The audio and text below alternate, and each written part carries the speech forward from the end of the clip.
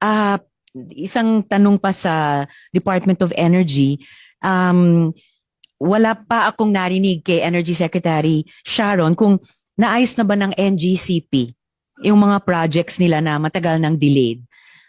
Umaasa pa rin ako na mababawasan yung sinasabi ng ibang petro-inflation dahil may murang or mas murang kuryente na tayo mula sa renewable energy plants. Binanggit po ni Yusek Fuentebella kanina, mga RE plants na kinontrata ng DOE at ihahatid naman sa atin dapat ng transmission projects ng NGCP. So, nasaan na po ba tayo dito?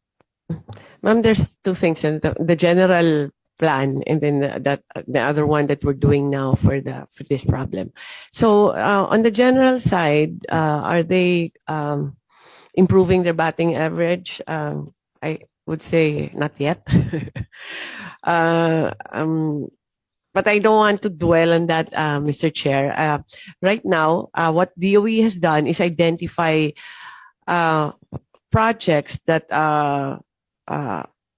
about 1 gigawatt, about over 900 megawatts na mga RE na supposedly to finish on June, July, up to December, even early next year.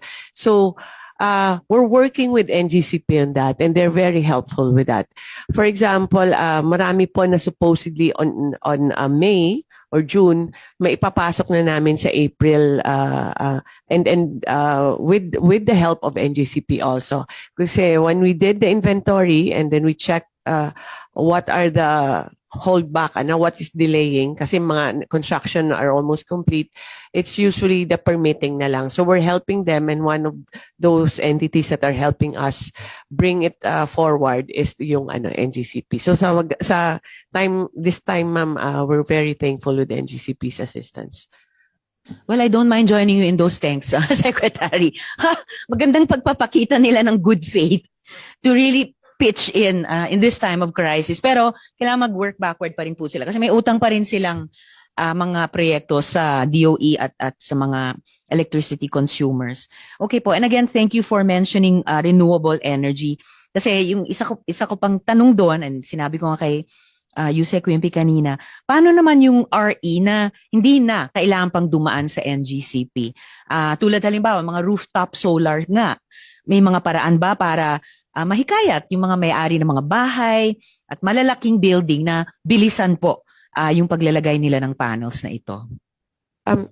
Mr. Chair, upon the directive of the President last SONA, we streamlined together with DILG, I think DILG, the LGUs with ERC and the co-ops, streamlining net metering.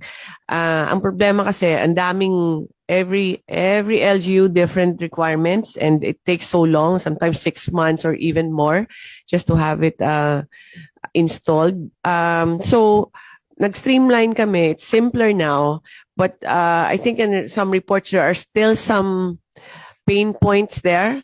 So I think we just discussed this yesterday. This is our low-lying fruit, and we're going to meet with the ILG and all the involved agencies. Baka pwedeng more streamlined pa, because para mas madali at mas mabilis, because this can really this is a solution for a temporary problem, but it's a long-term solution, ma'am. So it will really be beneficial for everyone. We'll work on that, ma'am, yes. And it would be great po kung may gains na kayo doon, like within these first 3 months of the war in the Middle East. Tulad ng time frame din ng excise tax law, tulad din ng time frame ng proposed supplemental budget, and possible time frame kung magpo-propose ng VAT-related bills dito sa Congress. Salamat.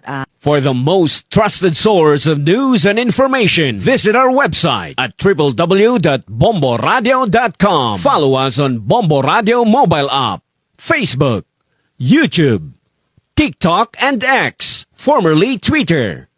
Like, share, and stay connected. Anytime, anywhere.